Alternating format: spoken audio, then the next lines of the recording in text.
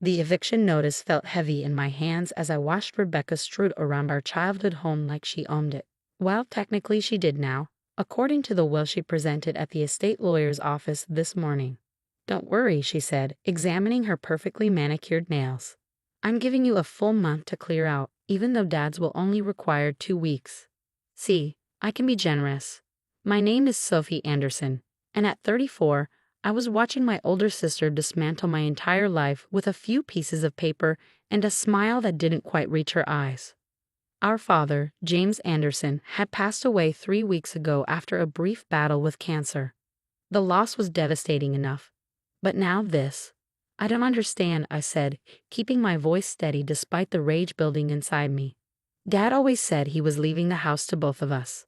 He wanted us to share it. Rebecca rolled her eyes, settling into Dad's favorite leather armchair like she was trying it on for size. People change their minds, Sophie. Dad finally realized which daughter actually deserved his legacy. I looked around the study where we stood, Dad's sanctuary filled with his books, his collection of antique maps, and the lingering scent of his favorite pipe tobacco. This room held more memories than I could count. It was where he'd taught me to play chess, where he'd helped me with my homework, where he consoled me after my divorce 2 years ago. When did he make this change? I asked, though I already knew the answer. I just wanted to hear her say it. 3 months ago, Rebecca replied smugly. Right after his diagnosis, he called me over one evening and said he needed to make things right. Said he'd been foolish trying to split everything equally when clearly one of us was more capable. I nodded slowly, remembering that evening well. Dad had been heavily medicated, barely able to hold a conversation. Yet somehow he'd managed to not only change his will but make it heavily favor Rebecca, leaving her the house, his investment portfolio, and controlling interest in the family business. All I got was a small savings account and Dad's old car. What about the business? I asked, though I knew what was coming. Of that, Rebecca waved her hand dismissively. The board already approved my appointment as CEO. After all, I have been running things while you were off playing artist. I bit back a retort. My playing artist had actually been running a successful graphic design firm for the past 8 years. But Rebecca had always dismissed it as a hobby. In her world, if you weren't wearing a power suit and making other people miserable, you weren't really working. I'll need the keys to the house, she continued, holding out her hand. All copies, please, and don't even think about making extras. I reached into my pocket and pulled out my keyring, carefully removing the house key I'd had since I was 12. But as I did, my fingers brushed against another key, smaller, older, almost forgotten. The key to Dad's private safe. Rebecca didn't know about that safe. Nobody did, except me and Dad. He'd shown it to me on my 30th birthday, hidden behind one of his beloved antique maps. Keep this between us, he'd said with a wink. Sometimes a person needs a place for their real treasures. I handed Rebecca my house key, watching as she practically snatched it from my fingers. I'll have my things out by the end of the month, I said quietly. Make sure you do, she replied, standing up and straightening her designer blazer. I'm having the locks changed tomorrow anyway, but I'd hate to have to call the police if you overstay your welcome. As she clicked her way out of the study in her expensive heels, I waited until I heard the front door close. Then I counted to 100, making sure she was really gone. Only then did I move to the far wall, where Dad's prized 1847 map of London hung in its heavy wooden frame. My hands were steady as I lifted it carefully, revealing the small wall safe behind it. The old key fit perfectly, just as it had countless times before. But this time, when I opened the safe, I wasn't looking for the family photos or childhood mementos Dad kept there. I was looking for the envelope he placed inside 3 weeks ago, just days before he died. Sophie, he'd whispered from his hospital bed, pressing the envelope into my hands. Put this in the safe. Don't tell your sister. Promise me. I promised, though I hadn't looked inside the envelope at the time. I was too focused on his failing health, on trying to make his last days comfortable. But now, the envelope was exactly where I'd left it, tucked behind a stack of old photographs. My hands trembled slightly as I opened it, pulling out several documents that would change everything. The first was a will, Dad's real will, dated just 2 weeks before his death and properly notarized. But it wasn't the will that made my breath catch in my throat. It was the second document, A detailed record of financial transactions spanning the past 5 years, all in Dad's meticulous handwriting. And at the top, a single sentence that made my blood run cold. Evidence of Rebecca's embezzlement from Anderson Global, estimated total, $2.7 million. There was more: bank statements, transfer records, copies of forged signatures. Dad had been building this file for years, documenting every penny Rebecca had stolen from the company. But the final document was what really made my hands shake. It was a letter written in Dad's distinctive scrawl.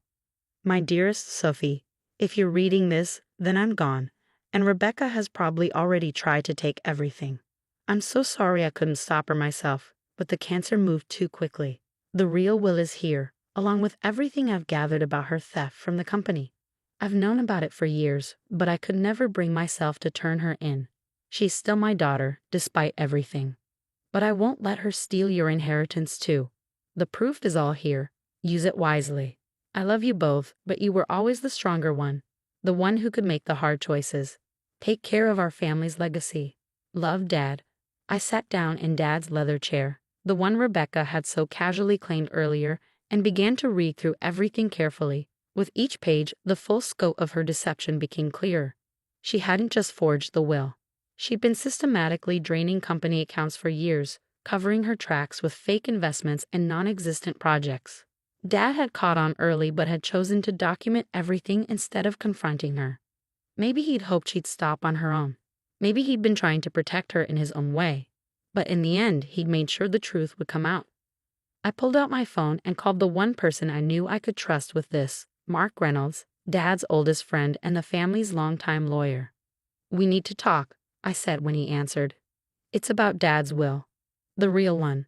Mark Reynolds' office hadn't changed in 20 years. The same dark wood paneling, the same leather chairs, even the same slightly crooked painting of a sailing ship that had fascinated me as a child. But today, as he reviewed the documents I brought him, the familiar surroundings offered little comfort. "This is extraordinary," Mark said finally, looking up from the papers spread across his desk. James documented everything meticulously. The forged signatures, the fake accounts, even the offshore transfers. He didn't miss a detail.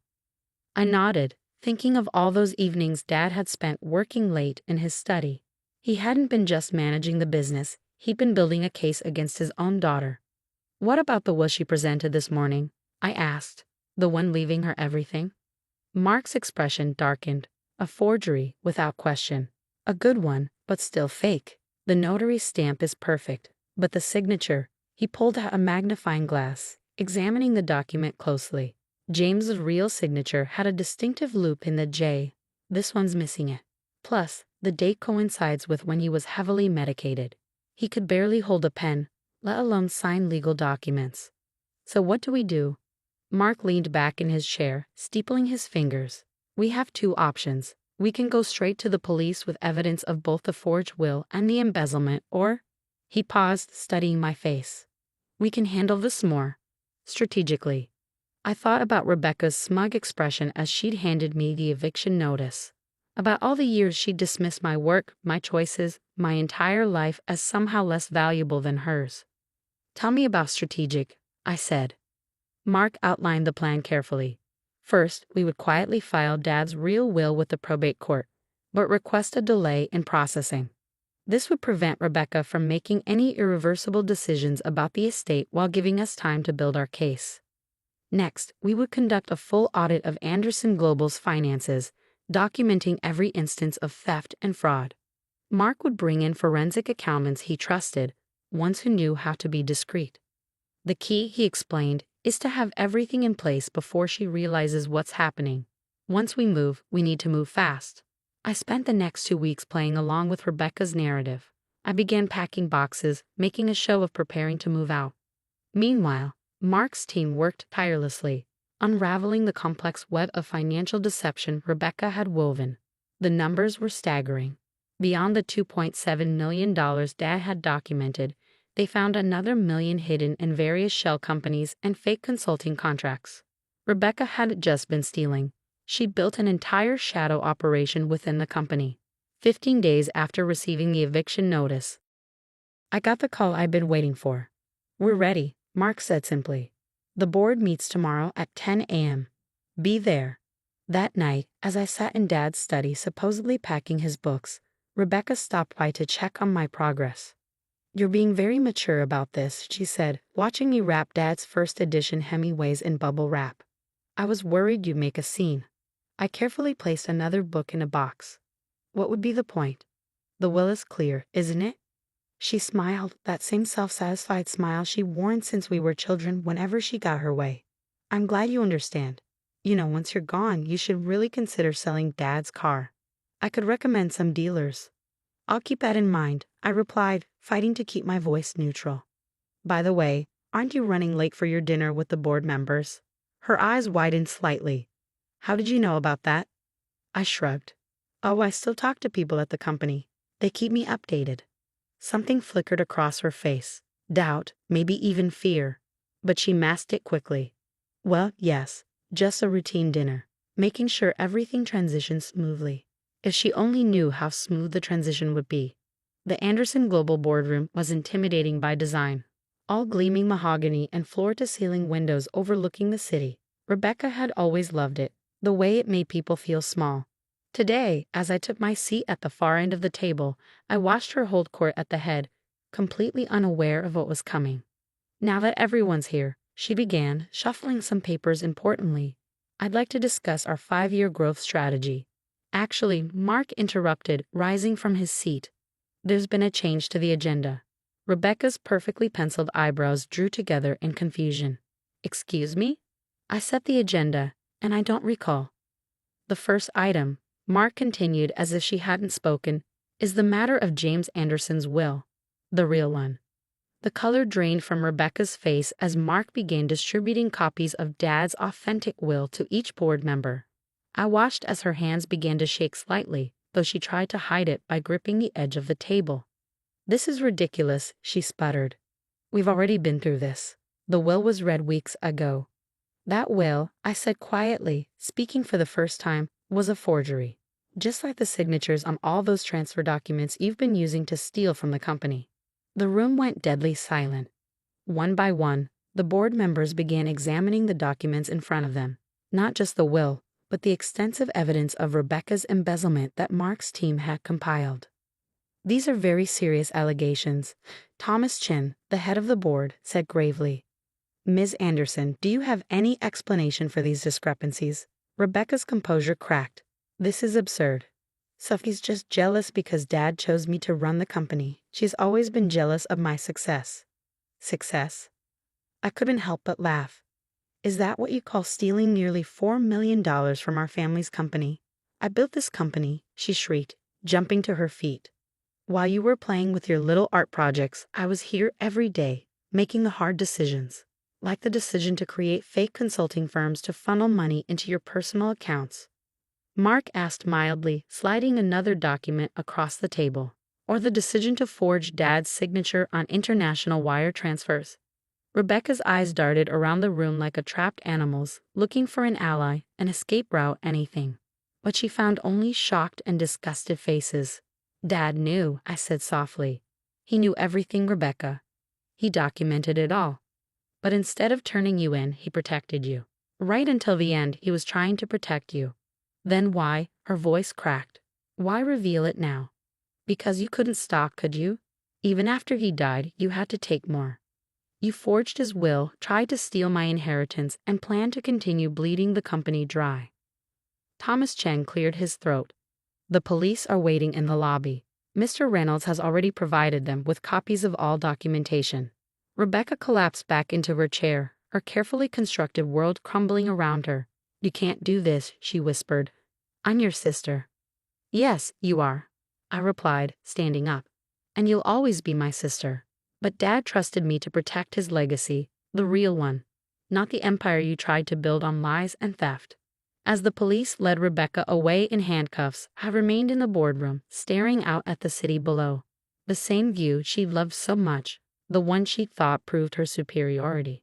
The aftermath was exactly what you'd expect.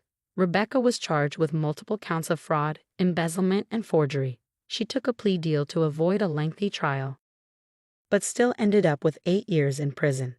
The house, my house now, according to Dad's real will, felt different without the weight of secrets. I kept his study exactly as it was, right down to the antique map hiding the safe.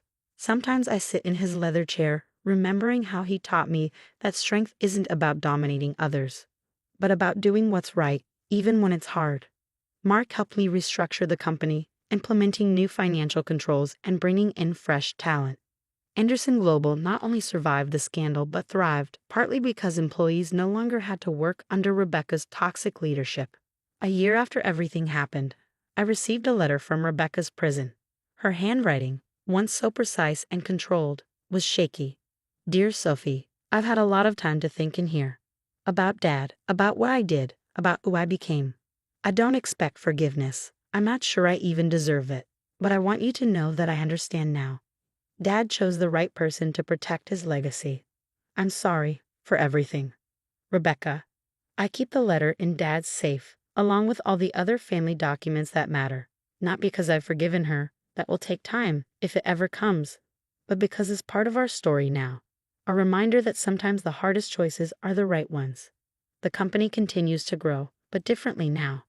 We've established a foundation in Dad's name that provides art education grants to underprivileged kids. My little art projects are finally being put to good use, designing materials for the foundation's programs. Late at night, when I'm working in Dad's study, I sometimes imagine I can smell his pipe tobacco, feel his presence in the room. I think he'd be proud, not just of how I handled Rebecca's betrayal, but of how I'm moving our family's legacy forward. The antique map still hangs on the wall, hiding its secrets, but now it reminds me of something else Dad used to say. The truth always finds its way to the surface. The only question is whether you'll be ready when it does. I was ready, and because of that, everything he worked for, everything he believed in, lives on. As for Rebecca, she'll be eligible for parole in 4 years. I don't know if she's really changed, if prison has taught her what Dad tried so hard to teach her about integrity and responsibility. But I do know this: when she gets out, she'll find that the door to Dad's study, my study now, is still open, because that's what family does. We leave the door open, even when we're not sure anyone deserves to walk through it. That's the real legacy Dad left us. Not the money, not the company, but the understanding that true strength lies in being able to do the right thing, even when it breaks your heart. And that's a lesson worth protecting.